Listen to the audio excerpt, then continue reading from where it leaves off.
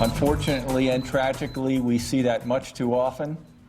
For In Your Corner, following a breaking story, modern-day slavery in Southwest Florida. Collier County Sheriff Kevin Rambosk announcing a human trafficking bust that resulted in 4 victims being rescued. This happened over the weekend. Gregory Hines and Keith Lewis were arrested on charges including human trafficking, racketeering, and living off the earnings of prostitution. For In Your Corner's Carl Fortier was at the news conference today. He has more on where the victims go from here.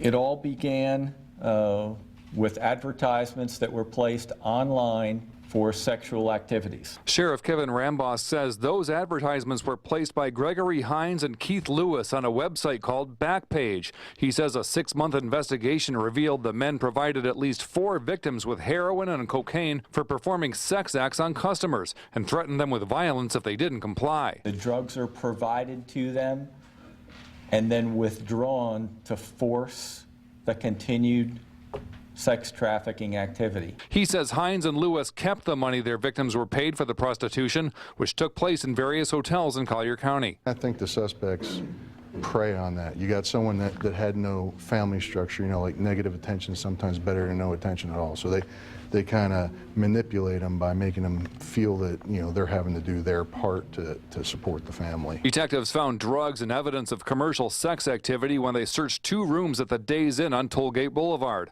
One victim appeared to be under the influence of drugs and was taken to the hospital. Linda Oberhaus, executive director for the Shelter for Abused Women and Children in Naples, says treating women who have been the victims of human sex trafficking can be a long process. To work with a victim of human trafficking and get them all the way to the point where they testify in court, it can be very difficult.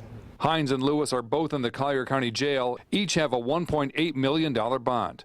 In Naples, Carl Fortier, Fox 4, In Your Corner. And Linda Oberhaus, who you just heard from, says that you can help by reporting any situation that you might see where someone appears to be controlled by another person. Sheriff Rambosk says that there may be other victims and other suspects, including the customers of these commercial sex acts.